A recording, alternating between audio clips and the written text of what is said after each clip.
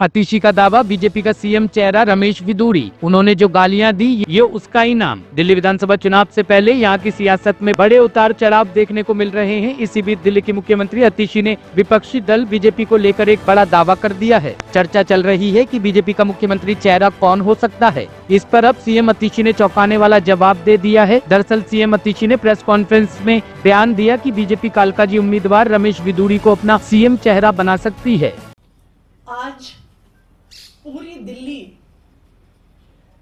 गाली गलौच पार्टी से एक ही सवाल पूछ रही है। सारी दिल्ली एक ही बात जानना चाहती है कि गाली गलौच पार्टी का सीएम चेहरा कौन है।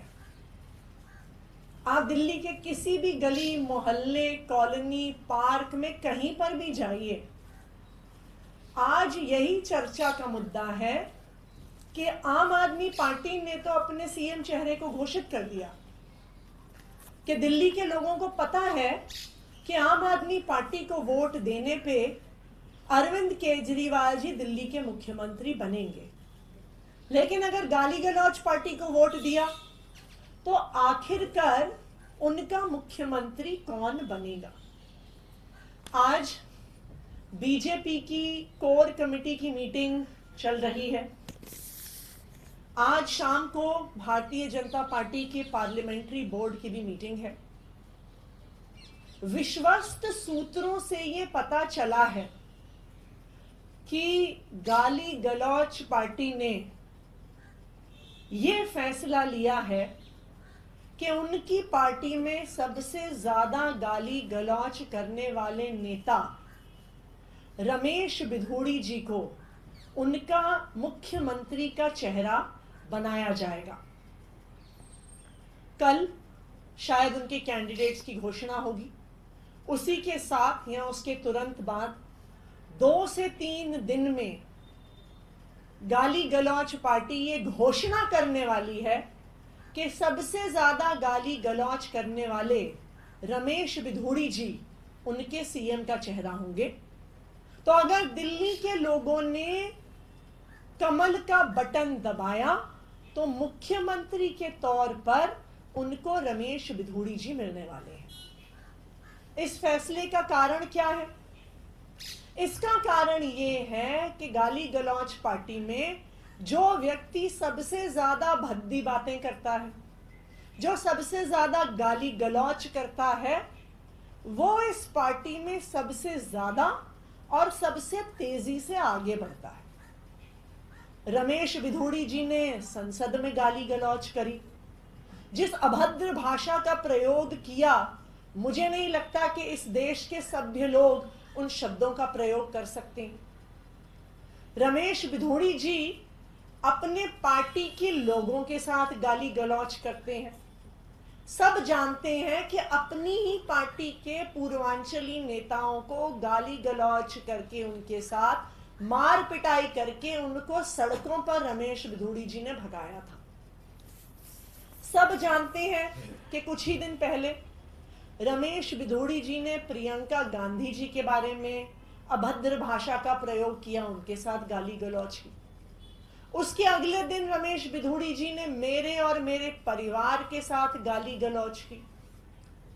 तो इस गाली गलौच का रमेश बिधूड़ी जी को ये इनाम मिल रहा है कि उनकी पार्टी उनको सीएम चेहरे के रूप में घोषित करने जा रही है।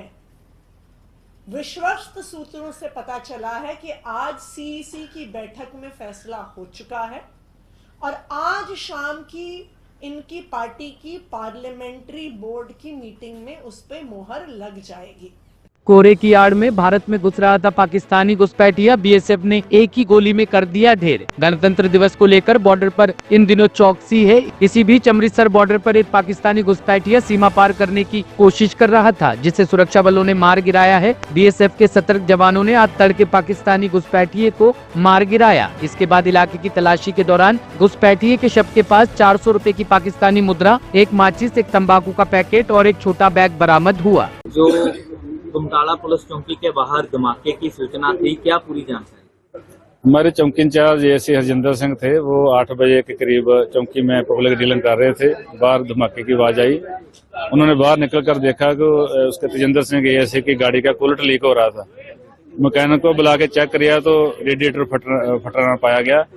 फिलहाल तो रेडिएटर फटने की बात आई है, फिर भी हम इन्वेस्टिगेशन कर रहे हैं। सर, आसपास के लोगों का कहना धमाका बहुत बड़ा था और दूसरी ओर आर्मी के जवान भी जहां पर पहुंचे थे, बातचीत की उन्होंने। आर्मी का इसमें कोई लेना देना नहीं। आर्मी का लागे आर्मी बेस कैंप है, उसकी पेट्रोलिंग चलती रहती है। वो डेली रूटीन पर हमारे पास आते रहते हैं। वो रूटीन मैटर है, वो स्पेशल नहीं आए थे, ऐसी कोई बात नहीं। सर, जैसे धमाके के बाद हैप्पी पासिया नामक नौजवान की ओर से इसकी जिम्मेवारी ली जा रही है, उसको कैसे देखते हैं?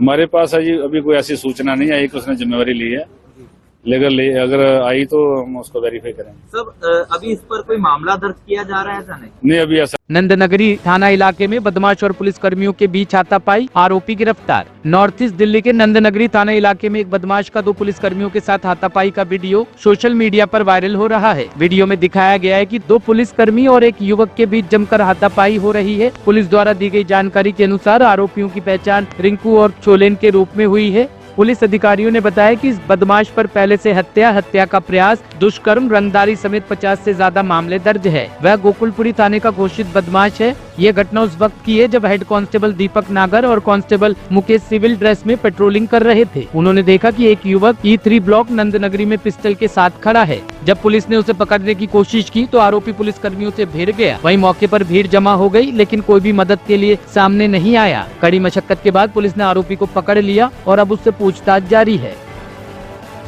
ब्यूरो रिपोर्ट, टीम तफ्तीश न्यूज।